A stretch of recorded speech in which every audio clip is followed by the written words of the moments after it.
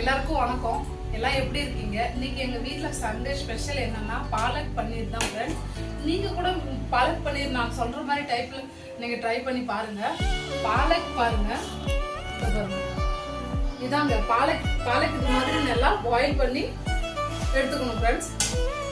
அதுக்கப்புறம் இந்த பாருங்க, இதுல வெங்காயம், 2 பல்லு பூண்டு, 2 பச்சை மிளகாய், உங்க வீட்டில் குழந்தைங்களா ஒன்னே போட்டுக்கலாம் பரவாயில்ல. பச்சை மிளகாய், இஞ்சி, பூண்டு, ஒரு லவங்கம், ஒரு பட்டை, அவ்வளோதான் ஃப்ரெண்ட்ஸ். கொஞ்சோண்டு ஜீரகம், உப்பு போட்டு நல்லா கரகரன்னு அரைச்சி எடுத்துக்கணும்.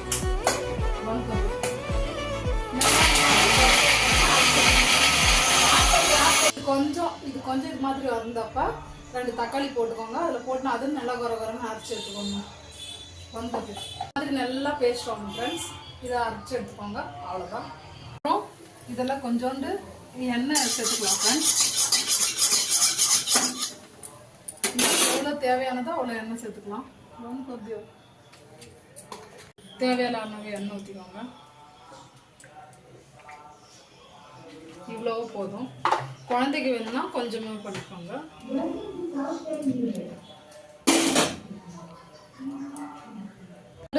ஜீரகம் போட்டுக்கலாம், தேவையான அளவுக்கு ஜீரகம் கொஞ்சோண்டு போட்டுக்கலாம்.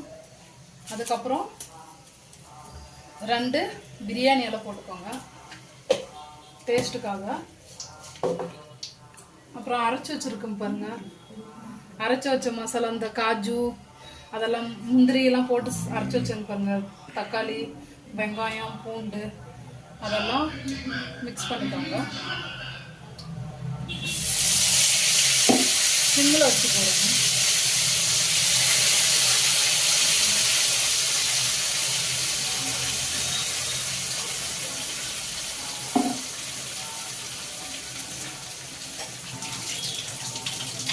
இதையும் கொஞ்சம் பேஸ்ட் நல்லா மைய அரைச்சி எடுத்துக்கோங்க.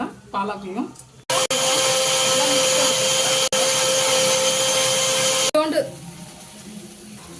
மிளகாத்தூள் போட்டுக்கலாம். தேவையான அளவு மஞ்சள் போட்டுக்கோங்க. தேவையான அளவு உப்பு போட்டுக்கோங்க. நல்லா மிக்ஸ் ஆகணும். கரம் மசாலா போட்டுக்கோங்க.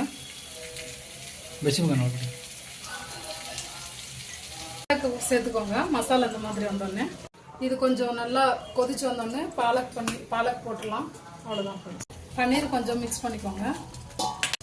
நல்லா மிக்ஸ் பண்ணிக்கோங்க. இந்த பாருங்க எவ்வளோ அழகாக வந்துருக்கு பாருங்க. Palak ready friends.